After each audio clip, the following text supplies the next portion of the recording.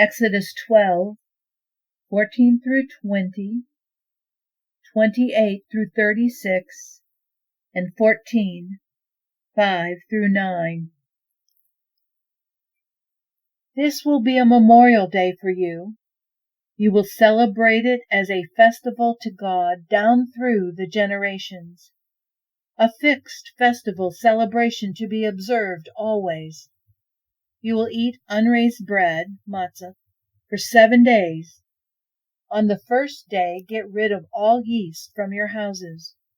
Anyone who eats anything with yeast from the first day to the 7th day will be cut off from Israel. The 1st and the 7th days are set aside as holy. Do no work on those days. Only what you have to do for meals. Each person can do that. Keep the festival of unraised bread. This marks the exact day I brought you out in force from the land of Egypt. Honor the day down through your generations. A fixed festival to be observed always. In the 1st month, beginning on the 14th day at evening until the 21st day at evening, you are to eat unraised bread. For those 7 days not a trace of yeast is to be found in your houses. Anyone, whether a visitor or a native of the land, who eats anything raised, shall be cut off from the community of Israel. Don't eat anything raised, only matzah. The Israelites then went and did what God had commanded Moses and Aaron. They did it all. At midnight, God struck every firstborn in the land of Egypt, from the firstborn of Pharaoh, who sits on his throne, right down to the firstborn of the prisoner, locked up in jail, also the firstborn of the animals.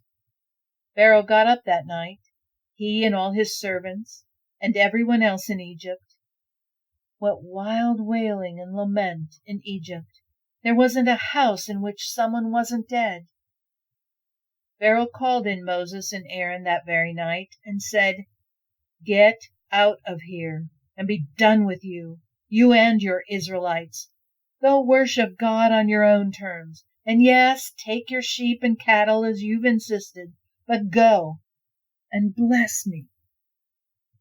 The Egyptians couldn't wait to get rid of them. They pushed them to hurry up, saying, "We're all as good as dead." The people grabbed their bread dough before it had risen, bundled their bread bowls in their cloaks, and threw them over their shoulders. The Israelites had already done what Moses had told them. They had asked the Egyptians for silver and gold things and clothing. God saw to it that the Egyptians liked the people and so readily gave them what they asked for. Oh yes, they picked those Egyptians clean. When the king of Egypt was told that the people were gone, he and his servants changed their minds. They said, "What have we done, letting Israel, our slave labor, go free?" So he had his chariots harnessed up and got his army together. He took 600 of his best chariots, with the rest of the Egyptian chariots and their drivers coming along. God made Pharaoh, king of Egypt, stubborn, determined to chase the Israelites as they walked out on him without even looking back. The Egyptians gave chase and caught up with them where they had made camp by the sea. All Pharaoh's horse-drawn chariots and their riders, all his foot soldiers there, at Pi-hahiroth, opposite Baal-zephon.